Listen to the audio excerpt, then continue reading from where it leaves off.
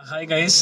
सो मैं हूं शेखर और इस वीडियो में मैं आप लोगों से बात करूंगा टियागो के फोर्थ सर्विस के बारे में, जो मेरा एक्सपीरियंस था और उसका कॉस्टिंग क्या आई मेरे को। तो इसकी जो फोर्थ सर्विस थी टियागो की, ये मैंने हैट्रन मोटर्स गुड़गांव में कराई और इसकी जो टोटल कॉस्ट जो मुझे पड़ी है वो पड़ी है 1000 रुपये। माइनर सर्विस था, माइनर पेड सर्विस थी ये। तो 1000 रुपीज़ का जो है कॉस्ट आया है। 850 रुपये का जो माइनर सर्विस का जो कॉस्ट है वो 850 का है और प्लस 150 रुपये के आसपास आपका GST लगता है। तो एक्सपीरियंस मेरा ये था कि स्टार्टिंग में मैं पूरी स्टोरी बताऊंगा आपको कि डीलर वालों ने क्या किया। और जैसे मैं उनके पास गया तो उन्होंने सबसे पहले जो है मैंने उनसे पूछा, उनको बोला कि भाई मुझे फोर्थ सर्विस है, मुझे वो करानी है। तो उन्होंने उसके बाद मुझे वो एस्टिमेट बना के दिया कि कितना कॉस्टिंग उसकी सर्विस की होगी। तो उसमें उन्होंने सबसे पहले तो 1180 रुपये के आसपास उन्होंने ऐड किया माइनर सर्विस के। उसके बाद उन्होंने व्हील बैलेंसिंग, व्हील अलाइनमेंट और उसके अलावा AC का कुछ क्लीनिंग का कुछ केमिकल सॉल्यूशन था, उसका चार्जेस ऐड कर दिए। उसके बाद क्लच असेंबली का कुछ क्लीनिंग केमिकल था, उसका भी ऐड कर दिया। लुब्रिकेशन के 750-800 रुपये ऐड कर दिए। तो टोटल ये आलतू फालतू की जो चीज़ें थी ये ऐड करके उसमें 3500 का एस्टिमेट बना दिया। तो मैंने सोचा कि यार माइनर सर्विस है, माइनर में इंजन ऑयल भी चेंज नहीं हो रहा है, अब 3500 की कॉस्ट निकाल के दे रहे हो मुझे, 3500 चार्ज कर रहे हो। तो मैंने उनको बोला कि ये क्या चीज़ है, ये क्यों आप ऐड कर रहे हो। मुझे उस टाइम इतनी नॉलेज थी नहीं कि मैं देख लूँ कि कितना कॉस्ट पड़ेगा कितना नहीं पड़ेगा। तो उस टाइम मैंने उनसे पूछा, फिर मैंने खुद ने भी वो चीज़ें सोची मैंने कि क्या ये सब चीज़ें ज़रूरत है, क्या व्हील बैलेंसिंग और व्हील अलाइनमेंट की रिक्वायरमेंट है मुझे भी।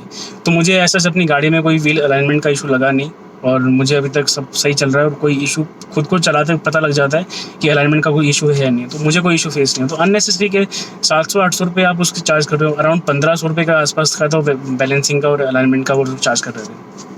तो मैंने उसको बोला कि भाई मुझे पता है तू एज अ सेल्स एडवाइज़र और सर्विस एडवाइज़र तेरा काम है कि कस्टमर से जितने ज़्यादा पैसे हो सके तो वो निकलवा, वो तेरा काम है करना।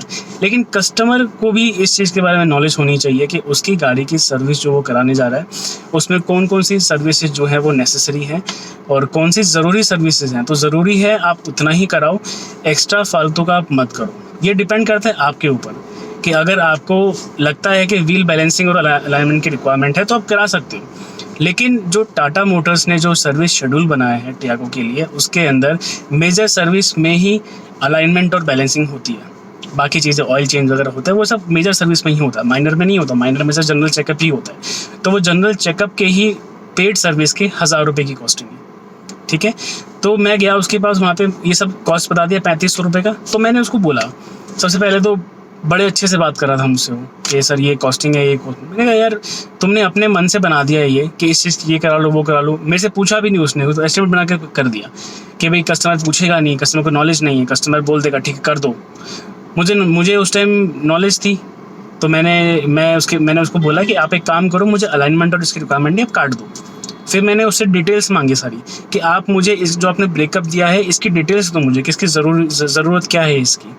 तो उन्होंने बोला कि ये AC का केमिकल सॉल्यूशन होता है, वो कॉइल्स वगैरह होती है उनको क्लीन करता है। तो मैंने उसको बोला कि मेरी गाड़ी सिर्फ 18 मंथ्स ओल्ड है, सिर्फ 1.5 साल पुरानी गाड़ी है, उसमें कॉइल में क्या इशू आएगा। AC के कॉइल में कोई इशू नहीं आएगा। और ल्यूब्रिकेशन की बात रही तो वो ल्यूब्रिकेशन वगैरह जो करने होते हैं, छोटे मोटे ल्यूब्रिकेशन होते हैं, वो तो सर्विस के अंदर इंक्लूड होते हैं। तो एक्स्ट्रा क्या चार्ज कर रहे हो। तो उसको मैंने उसको बोला, उसको इंसिस्ट किया मैंने कि आप इसको हटाओ, मुझे नहीं चाहिए कुछ भी एक्स्ट्रा, मुझे कुछ नहीं चाहिए। फिर क्लच असेंबली का उसने बोला कि उसका भी केमिकल है, उसको अभी आप क्लीन करो, आपकी एवरेज अच्छी निकलेगी, परफॉर्मेंस अच्छी हो जाएगी उससे।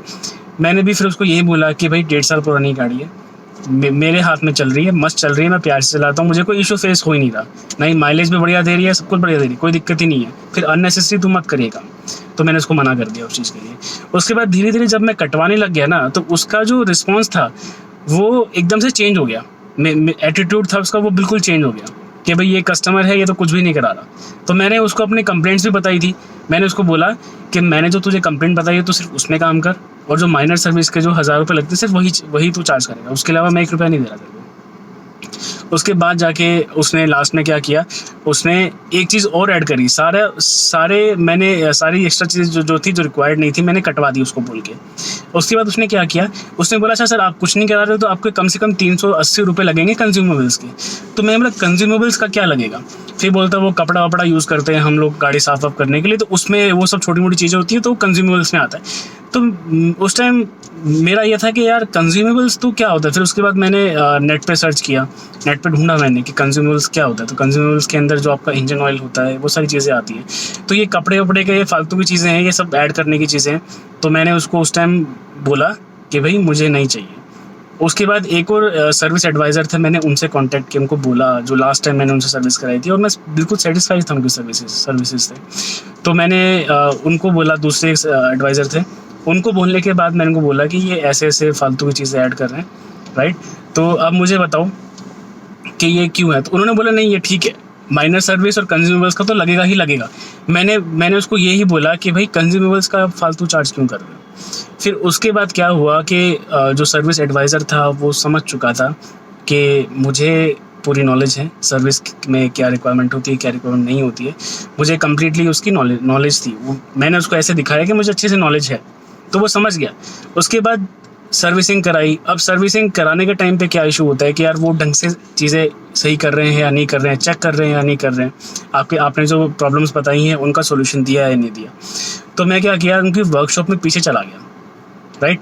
जाने के बाद मैं खुद अपनी आंखों से ये देखने लग गया कि वो क्या जो काम कर रहा है, जो मैंने इश्यूज बताए उस पर काम कर रहा है, क्या वो ढंग से सर्विस कर रहा है, क्या वो एसी फिल्टर क्लीन कर रहा है, या आगे जो इंजन में जो फिल्टर होता है, एयर फिल्टर होता है, उसको क्लीन किया उसने। सारी चीज़ें मैंने वैलिडेट करी कि हाँ वो कर रहा है। तो सामने रहकर मैंने सारी चीज़ें कराई हैं और साथ में सॉफ्टवेयर अपडेट भी कराया मैंने इंफोटेनमेंट का।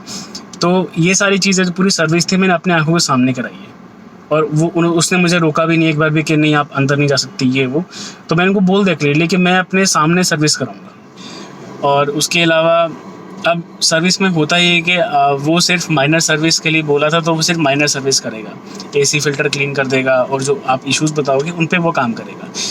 और उसके अलावा अगर आपको कुछ कराना है, लाइक सॉफ्टवेयर अपडेट कराना है आपको या कुछ खुद से कराना है, तो आपको बोलना पड़ेगा उनको। तो मैंने उनको बोला कि मेरा इंफोटेनमेंट का जो सॉफ्टवेयर है उसे आप अपडेट कर दो, अगर कोई अपडेट आया तो आप कर दो, या फिर ECU का कोई अपडेट आया है तो वो भी अपडेट कर दो। फिर वहाँ पे उन्होंने मुझे बोला कि अगर आपको कोई प्रॉब्लम हो रही है तो ही हम चेक करेंगे। अगर प्रॉब्लम, मतलब उन्होंने सिर्फ इतना बोला कि आपको कोई प्रॉब्लम आ रही है क्या गाड़ी के अंदर। मैंने फिर बोला कि अगर मैं ये बोलूँगा नहीं आ रही तो मैं भी वो बोल देगा ज़रूरत नहीं है सॉफ्टवेयर की। तो मैं बोला हाँ माइलेज कम दे रही गाड़ी, मैंने इसको ये बोल दिया। तो उस हिसाब से उसने ECU भी चेक किया और इंफोटेनमेंट का जो सॉफ्टवेयर था वो भी उसने अपग्रेड कर दिया। तो इंफोटेनमेंट का अपग्रेड किया और जो ECU है उसका जो वर्जन था वो R15 जो वर्जन आता है वो वर्जन था, अपडेटेड था, उसमें कोई इशू नहीं था। तो ये सब चीज़ें चेक कराने के बाद तो ये जो कंप्लीट सर्विस एक्सपीरियंस था मेरा। और इसमें मुझे एक चीज़ सीखने को ये मिली कि आपको क्या करना है जब आप अपनी गाड़ी की सर्विस कराने जाते हैं सर्विस सेंटर। सबसे पहले कि आपको ये पता होना चाहिए कि आपकी जो सर्विस हो रही है उसमें क्या क्या चीज़ें कवर्ड होंगी, राइट। अगर आपको नॉलेज नहीं होगी तो वो क्या करेंगे, वो एक्स्ट्रा चीज़ें ऐड कर देंगे उसके अंदर जिसकी शायद रिक्वायरमेंट नहीं भी हो, और वो आपसे चार्ज करेंगे उस चीज़ को। तो फिर लोग फिर ये कंप्लेंट करते हैं कि हमसे बहुत ज़्यादा चार्ज ले लिया। लेकिन आपको खुद को अवेयर होना पड़ेगा इस चीज़ के लिए कि आप सर्विस जो है कॉस्ट कितनी होनी चाहिए, क्या क्या नेसेसरी चीज़ें हैं और क्या क्या चीज़ें जो हैं वो आपको नहीं चाहिए। तो सबसे अच्छा सॉल्यूशन है जो टाटा मोटर्स ने दिया है कि आप कॉस्ट कैलकुलेट कर सकते हैं अपनी सर्विस की। जो TMSC ऐप है फ़ोन के अंदर, TMSC ऐप आती है, आप उसमें जाके चेक कर सकते हैं कि जो आपकी गाड़ी है उसकी फर्स्ट सर्विस का जो कॉस्ट एस्टिमेट होगा वो कितना आएगा, सेकंड का कितना आएगा, थर्ड का, फोर्थ का, और जितने भी रिपेयर्स आप कराते हैं, रनिंग रिपेयर्स होते हैं, उनकी कॉस्ट भी आपको वो ऐप बता देती है। तो ये बहुत अच्छी ऐप है। तो मुझे जो इस पूरा टोटल जो कॉस्ट निकल के आया, फोर्थ का जो paid service which was minor service, तो उसका जो कॉस्ट था वो था 1003 रुपये। TMSC ऐप के ऊपर भी 1003 रुपये ही शो कर रहा था। तो और फाइनली मुझे 1003 रुपये का ही बिल किया गया। जो वो 380 रुपये कंज्यूमेबल्स के थे वो चार्ज नहीं करे गए। तो 1003 रुपये मेरे हिसाब से ठीक है। और अभी 2020 में इसका जो सर्विस कॉस्ट है वो आपका बढ़ चुका है। पहले इसकी सर्विस कॉस्ट सस्ती होती थी लेकिन अभी थोड़ी महंगी हो गई है, थोड़ा सा रेट में फ़र्क आया है। सो ये मेरा ओवरऑल एक्सपीरियंस था सर्विस का। आई होप कि आपको इससे कोई अच्छी इन्फॉर्मेशन मिली होगी। और जब भी आप नेक्स्ट टाइम सर्विस करने जाएं तो जिन चीज़ों की रिक्वायरमेंट है आप अच्छे से एक्सप्लोर करके जाएं, अवेयर हो अपने गाड़ी को लेके कि आपकी गाड़ी में क्या इश्यूज़ हैं और किस सर्विस में क्या चीज़ें चाहिए आपको और क्या चीज़ें नहीं चाहिए। जब भी वो सर्विस कर रहा है तो कंप्लीट जो ब्रेकअप है उसको बोलें कि आप मुझे एक्सप्लेन करो कि ये क्या है, ये क्यों ज़रूरत है, और जितनी नेसेसरी चीज़ें हैं सिर्फ वही करें। एक्स्ट्रा चीज़ें ऑप्शनल रहनी चाहिए कि अगर आप चाहते हो, एज ए कंज्यूमर चाहता है कि वो ऑप्शनल चीज़ें कराए, तो ऑप्शनल को वो ऐसे ऐड ना करे। पहले पूछिए कस्टमर से। ये एडवाइस है उन सर्विस एडवाइज़र्स के लिए जो कि वहाँ पे बैठ के सिर्फ ये सोचते हैं कि बस कैसे कस्टमर से मैं पैसा निकालूँ। आप उनसे पूछो कि भाई ये है गाड़ी की ये चीज़ें हैं, आप ये करा लोगे तो आपकी गाड़ी को ये फ़ायदा होगा, क्या मैं इसको ऐड करूँ या नहीं करूँ, आपकी मर्ज़ी है ये। तो आपको पूछना चाहिए। आप बाय डिफ़ॉल्ट जाके कॉस्ट 3500 का बना दोगे, उसमें अपना डाल रहे हो, पूछा भी नहीं उन्होंने मुझसे, तो ये इससे क्या होता है कि जो कस्टमर अवेयर नहीं होता उसको लूट लिया जाता है। तो आपको ध्यान रखना है। और इसमें सर्विस सेंटर का भी देखो काम यही है कि वो वहाँ बैठे हैं पैसा कमाने के लिए, उनको अपनी सर्विस सेंटर जो है वो जो बिज़नेस है वो रन करना है, तो वो लोग चाहेंगे कि जितना ज़्यादा हो सके वो पैसा कमाएं, राइट। तो आपको ये ध्यान रखना है कि सर्विस कराने जाओ तो सिर्फ जितनी इन्फॉर्मेशन आपको चाहिए अपनी गाड़ी के सर्विस के लिए सारी इन्फॉर्मेशन गैदर करो।